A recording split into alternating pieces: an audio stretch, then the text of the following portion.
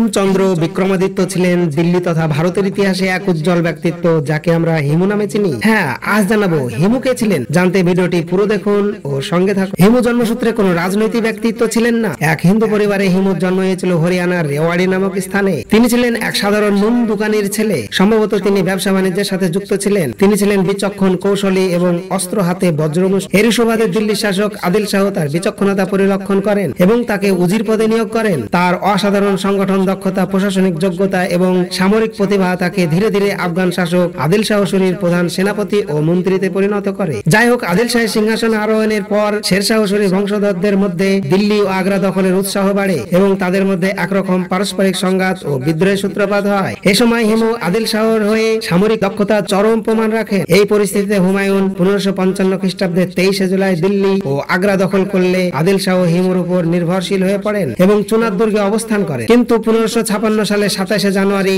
হুমায়ুন হঠাৎ করে মারা গেলে হিমু আদিল শাহকে অগ্রাহ্য করে গোয়ালিয়র থেকে এক বিরাট বাহিনী নিয়ে আগ্রা ও দিল্লি দখল করেন। এরপর হিমু রাজা বিক্রমাদিত্য উপাধি গ্রহণ করে দিল্লির সিংহাসনে অধিষ্ঠিত হন। এর ফলে দিল্লিতে শুরু হয় কয়েকদিনের হিন্দু শাসন ব্যবস্থা। কিন্তু মাত্র কয়েক মাস পরে, অর্থাৎ 1556 খ্রিস্টাব্দের 5 নভেম্বর পানিপথের দ্বিতীয় যুদ্ধে হিমু নিহত হন এবং এর সাথে শেষ হয় দিল্লির আফগান শাসন ও হিমুর ইতিহাস। আমাদের চ্যানেলে পানিপথের দ্বিতীয় যুদ্ধের ভাগ্য নির্ধারক তীর শিরোনামের ভিডিওটি পুরো দেখলে আপনি হিমুর বীরত্ব ও মৃত্যুর ইতিহাস জানতে পারবেন। তথ্যটি ভালো লাগলে চ্যানেলটি সাবস্ক্রাইব করবেন এবং ভিডিওতে লাইক, কমেন্ট করে যাবেন। ধন্যবাদ।